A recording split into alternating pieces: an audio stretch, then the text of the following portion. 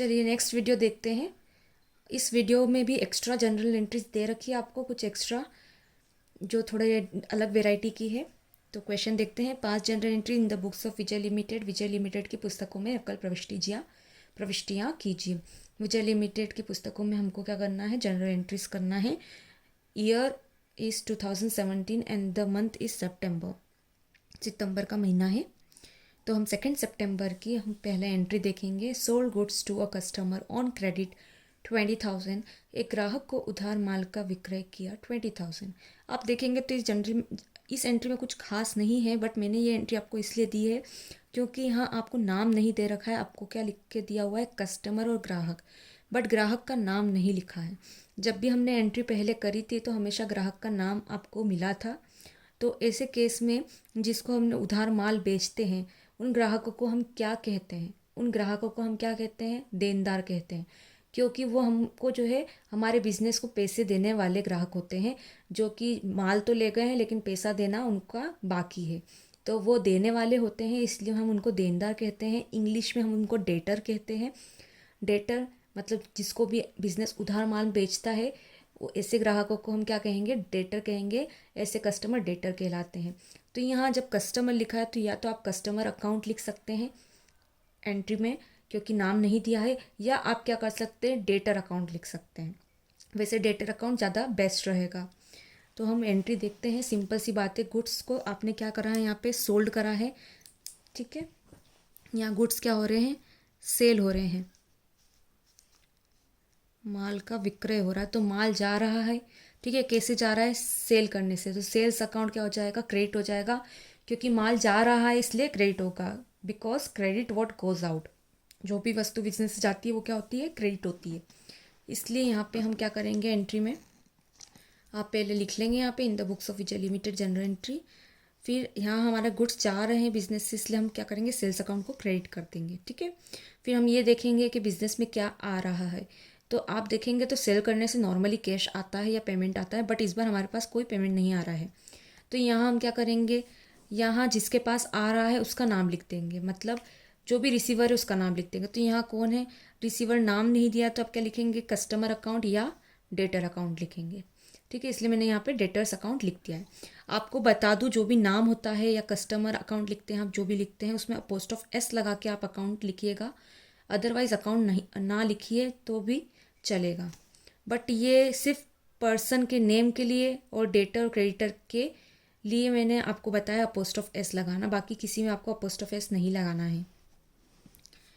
तो ये एंट्री हो गई और अमाउंट लिख दिया हमने डेबिट का, डेबिट के कॉलम में, और क्रेडिट साइड का क्रेडिट के कॉलम में। 20,000 जो है वो उतने का क्या हो गया, हमारे ग्राहक को माल मिल गया है और हमारे गुड्स कितने के चले गए, 20,000 के गुड्स चले गए हैं।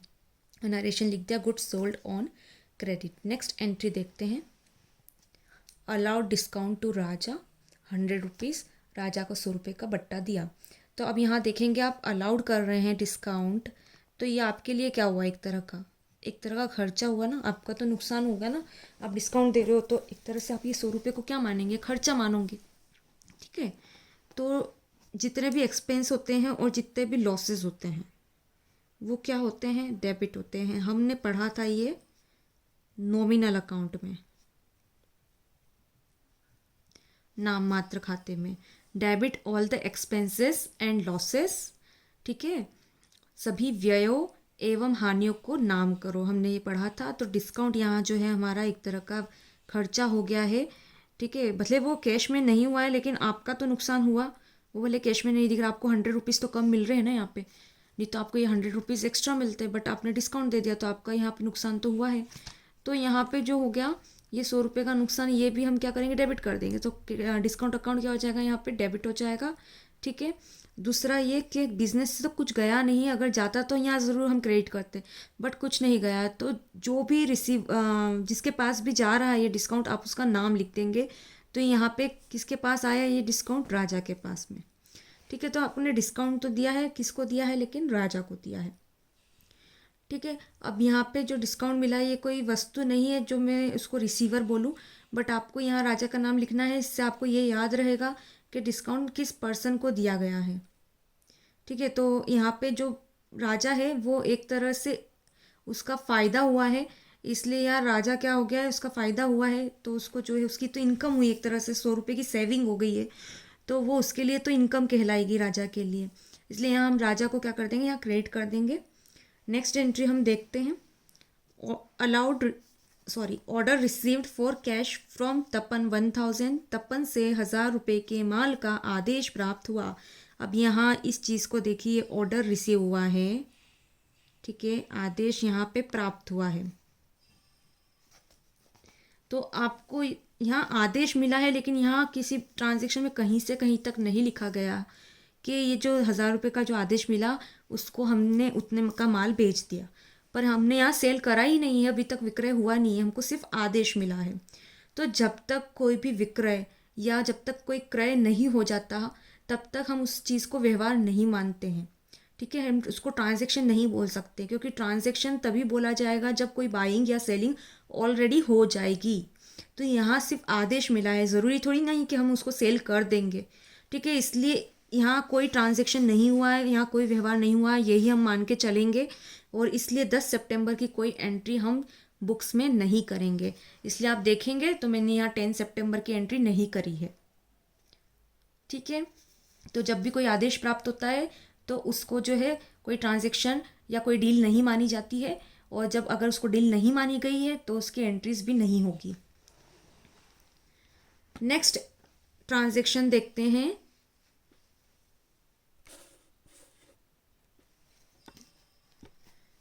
Two bulls of 4000 and a cart of 8000 bought. 2 बैल 4000 की और एक बैलगाड़ी 8000 की हमने क्रय की है। अब यहाँ देखिए, आपको कैश कहीं नहीं लिखा है, ना ही कोई नाम लिखा है, तो जब नाम भी ना हो और कैश भी ना हो तो हम क्या मानेंगे, इसको कैश ट्रांजैक्शन मानेंगे।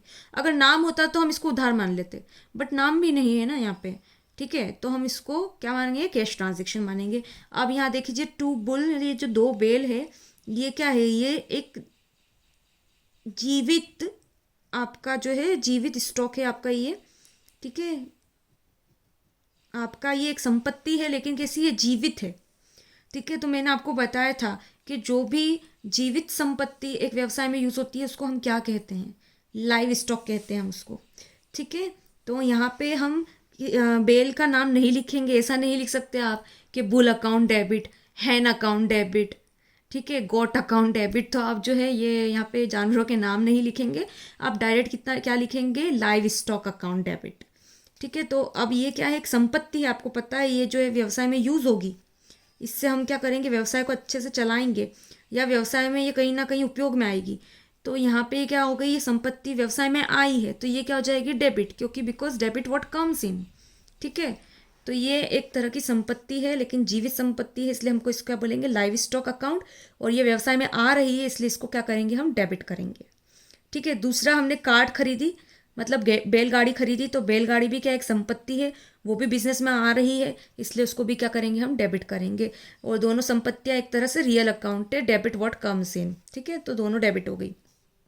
दूसरा क्या गया हमारे पास से, कैश गया। अभी हमने बोला कि जब कोई इन्फॉर्मेशन ना हो तो हम कैश ट्रांजेक्शन ही मानेंगे, इसलिए हम ये मान के चलेंगे, तो यहाँ कैश हमारा क्या हो रहा है, बिजनेस से जा रहा है, ठीक है, cash is going out from the business.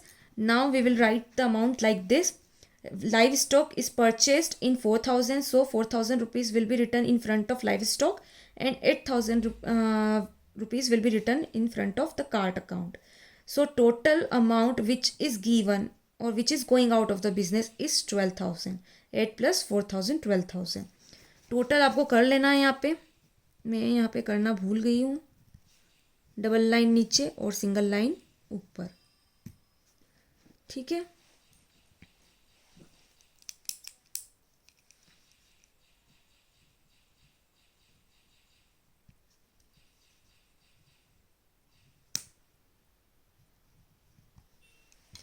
अब हम देखते हैं नेक्स्ट क्वेश्चन।